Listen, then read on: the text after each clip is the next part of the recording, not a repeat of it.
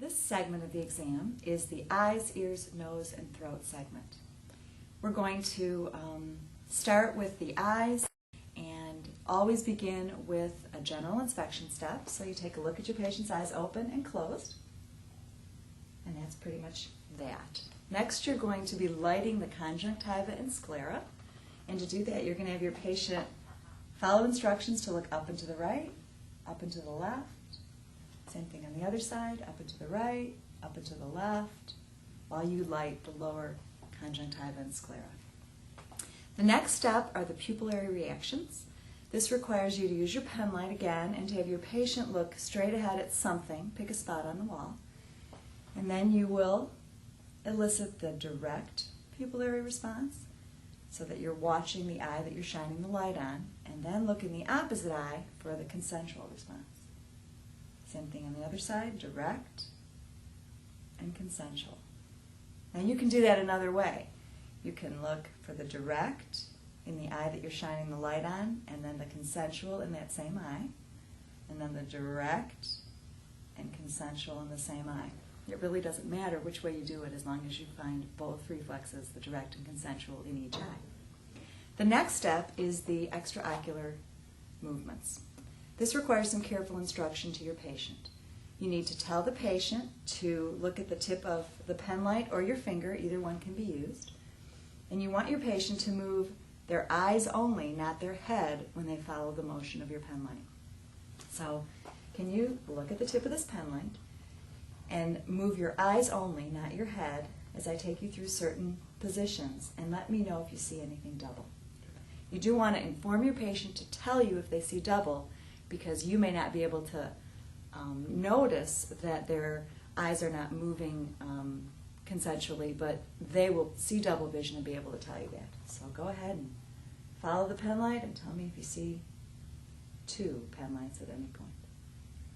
Remember what the 6 cardinal directions of gaze are. They are lateral, up and to the left, down and to the left, then across the midline, lateral right, up and to the right, down and to the right. Then you'll bring the pen light to the center and close to the patient while he watches it, and look for constriction of the pupils on convergence. And that's the end of that step.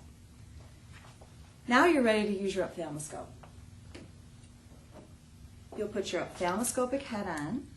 I'm going to leave specific directions about using the ophthalmoscope to your small group sessions. But just to review quickly, you'll want to put the light on at about 80% maximum. Have a round circle aperture, either the small or the large one, whichever you prefer. Get to positive 10 diopters, which on some ophthalmoscopes is the green 10 and on others is the black. And then make sure that you have your ophthalmoscope in the correct hand for the eye that you're going to be examining. When you're examining your patient's right eye, you will put the ophthalmoscope in your right hand, dial with your right index finger, and use your right eye. When you're examining the patient's left eye, you will have the ophthalmoscope in your left hand, dial with your left index finger, and look with your left eye. Okay? It's important during this exam to get up very close to the patient. If you think about a keyhole, you cannot see what's on the other side of that keyhole if you're standing far back. The pupil is basically your keyhole, and you have to get very close to it in order to see the optic structures beyond it. So that requires you to actually get your hip or thigh up to your patient's thigh so that you're snugged in close to the patient. You also want to remember to brace carefully so that with this thumb over the patient's brow ridge, if you lose track of where you're at, it will prevent you from plunging your ophthalmoscope into your patient's eye, which would obviously be very uncomfortable. So bracing is important, position is important, correct hand, correct eye, and then you're going to successively look at anterior structures with the higher diopters, and then dial down in diopters until you can look through into the posterior structures of the eye.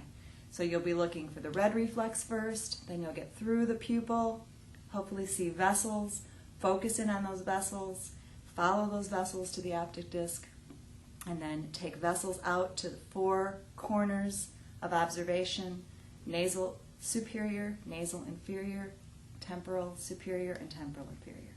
So let's just try that. We're going to get close to our patient. We're going to brace carefully. Right hand and right eye for the patient's right eye. Get your light in the patient's pupil. See the red reflex. Start to dial down and move closer until you see a vessel. Follow that vessel to the patient's optic disc, and then to the 4 corners: nasal superior, nasal inferior, temporal superior, and temporal inferior. Okay, how was that? Sorry. A little uncomfortable.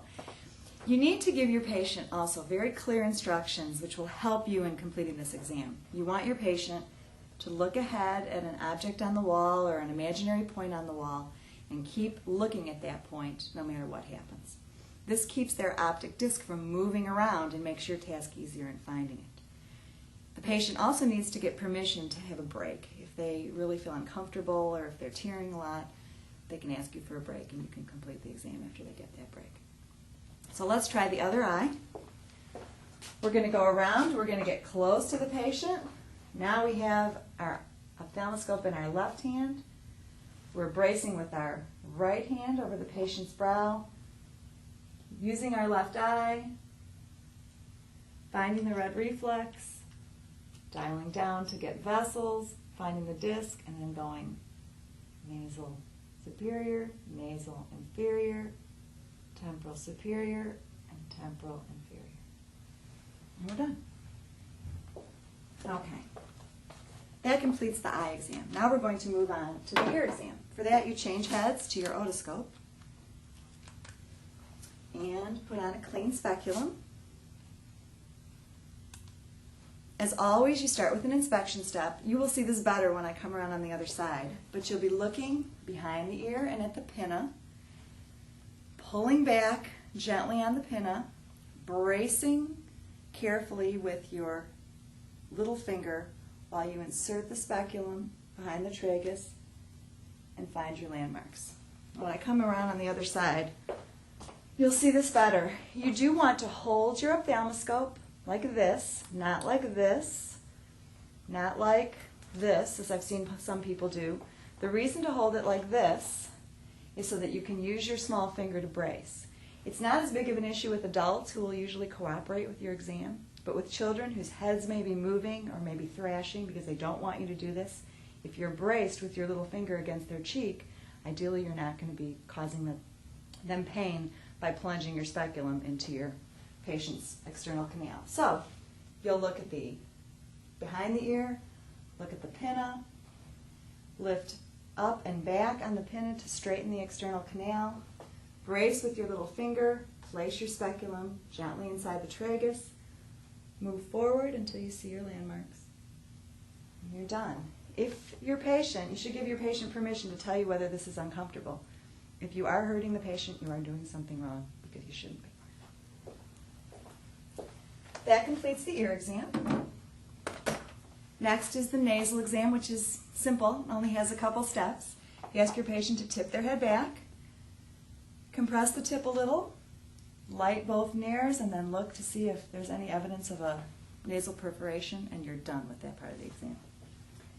Next is the oral exam. You use your pen light, which you place in your non-dominant hand, and your tongue blade, which you place in your dominant hand because you want control of how you use the tongue blade. You always start with an inspection step, look at the patient's exterior, and then ask them to open their mouth.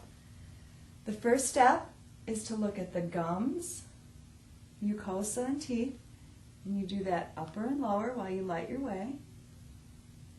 Next, have your patient tip their head back and look at their hard and soft palate, the dorsum of their tongue. You can lower your head again. Lift up your tongue for me.